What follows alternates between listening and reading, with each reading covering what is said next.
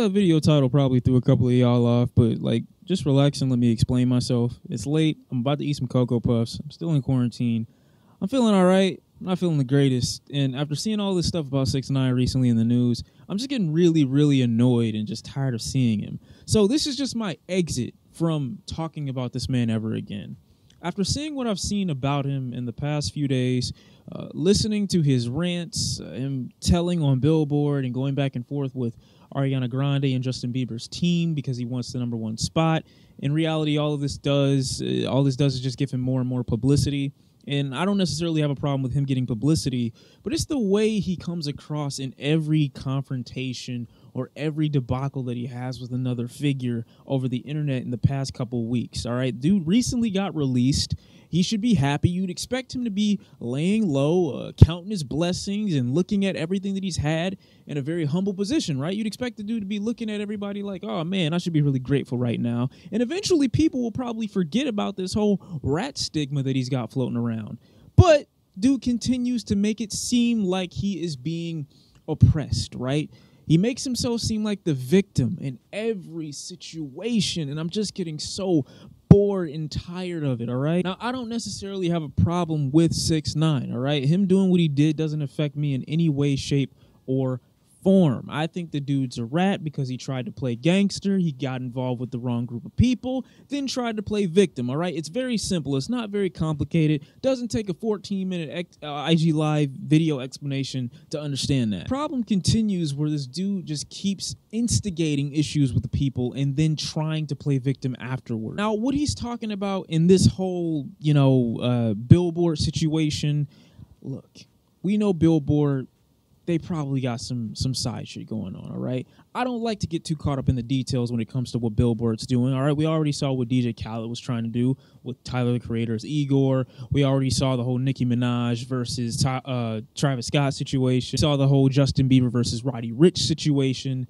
But I keep asking myself, how does 6ix9ine wear like so many faces throughout all of this? You can't, in your IG Live video, talk about how you are the king of New York while trying to rid yourself of the stigma of the rat of New York, and at the same time play victim of New York. And I get it. 6ix9ine's an easy person to root for because the people that are his enemies are likely people that we don't really care for that much anyway. You know how the whole enemy of your enemy is your friend nonsense. By default, 6ix9ine just becomes more likable because everyone he's going against is quote-unquote established. Whether it be an old rapper like Snoop Dogg or a really huge pop figure like Justin Bieber or Ariana Grande or the executives at Billboard or the street code. Point is, if you put yourself in the position of being looked at as if you are the person who was just the victim to a crime or the victim to some type of injustice, people more often are going to root for you versus the other person, especially if the other person is already established, they already have some sort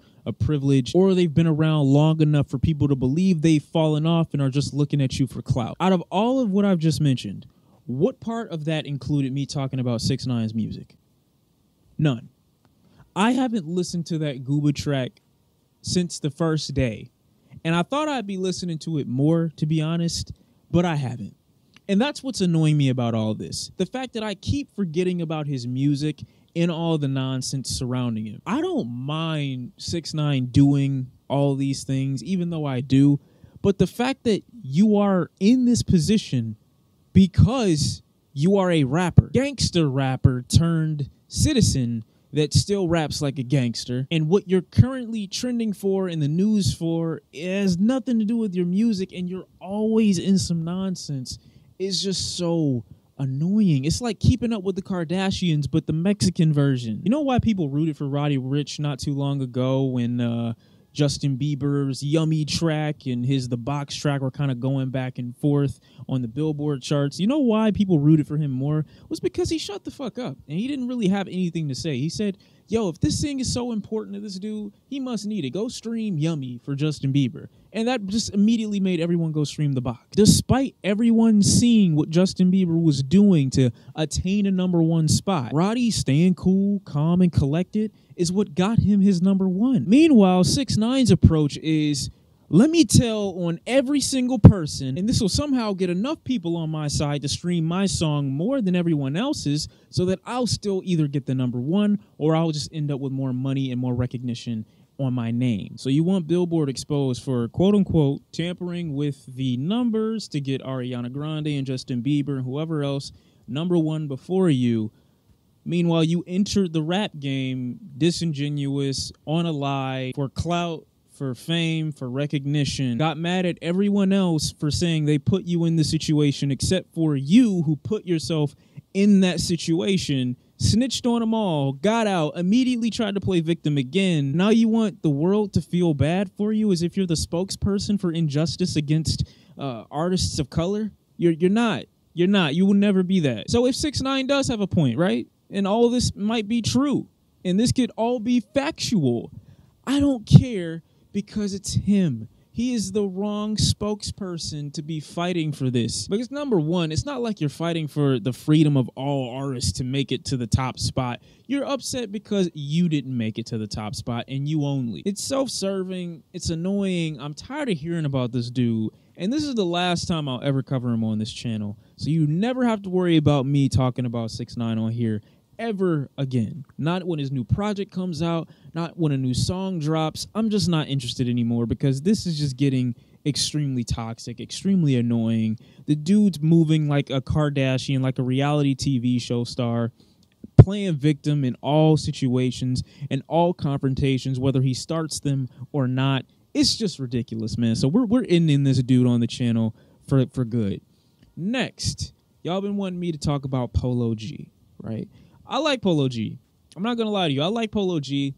This new project that he came out with, I believe it's called GOAT or The GOAT. I might be wrong. All right. I got my boomer energy on today, so I might be wrong. I don't know what you young whippersnappers call it right now. However, I didn't mind this album, right? It wasn't my favorite. I'm not going to sit up here and tell you that I loved it, because I didn't. It was all right at best. I do think that Polo G should acknowledge there are more instruments in the world than a piano and a guitar over some hi-hats and trap drums. But when I listen to people like Polo G, when I listen to people like, I don't really want to say Lil TJ, but I guess maybe. When I listen to a good portion of artists from Chicago, more specifically, I get such a proud feeling in my gut, you know, because I like seeing these dudes and listening to them make this music. I'm not always interested in it because a lot of it comes from the same place and from the same mindset. Polo G here isn't rapping about anything new.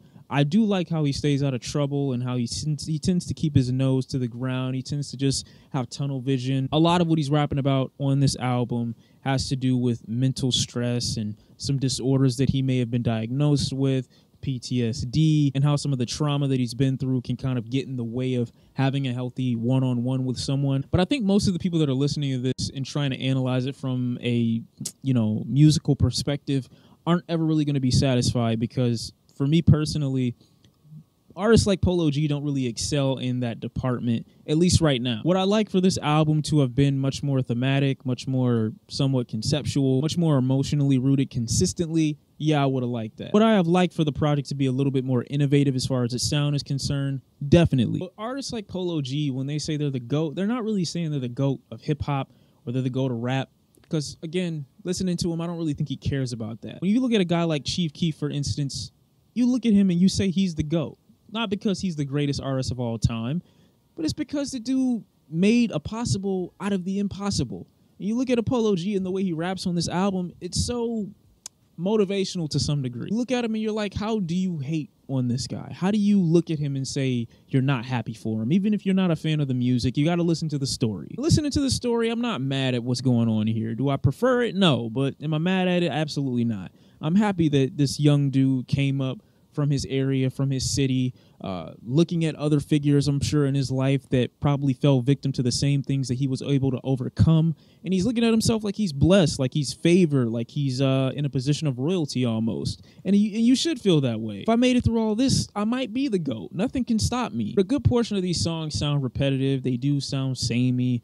I do get some enjoyment out of quite a few of the joints on here. The Juice WRLD one was, to me, a little disappointing. I definitely like the joint he had on there with Mustard, and I loved the energy that he had with Stunna for Vegas and NLE Choppa. That song was crazy. So again, if you're going into this Polo G album trying to get something, you know, brand new sonically, there's nothing innovative to the level of the birth of drill music happening on this album or something. But if you want to get in a feel-good mood and hear a young guy make it, this might be for you. Last but not least, I want to tell you real quick how much Future's album, High Off Life, I believe High Off Life, I'm really loving this album even more now. You know, everything about it is hitting me more. I like High Tech a lot more than I did the first time. The intro cut I liked a lot more than I did the first time. And it's made me go back through Future's catalog once again and realize his essential projects like Monster and DS2 and Purple Rain and 56 Nights. I do realize there is a bit of a cultural disparity as well. Not to say that black culture has anything to do with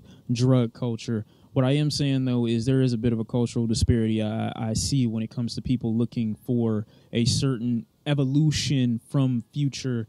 And I don't believe that is a healthy request. I don't believe it's a realistic request. Certain artists, you look to do what they've been doing, but as consistently or as good as they've used to do it. If they do that, then I still consider it a W, especially when we got tracks like Don't Get Too Comfortable or Too Comfortable on this album that are crazy. I even like the track with Youngboy a lot more, Trillionaire. Like, everything about this record is really just coming along and it's really hitting me all at the same time. So I'm definitely digging the new Future High Off Life album a lot more now. So that's how I feel about the new Future record. That's why I like it a lot more. That's why a lot of other people, I'm sure, like it a lot more too. But yeah, that's it. That's all I got. 6IX9INE is done on this channel. Definitely could see the appeal in a Polo G. If I had to rank it, I'd probably rate it about maybe a 5 out of 10. I don't love it. I don't hate it. It's just about the middle for me. And that's all I got. I'll see y'all in the next one, and I'm out. Peace. I'm doing the Gunna. All right, live. I'm doing the Gunna this Friday. That better be good. If it's not, I'm deleting the channel.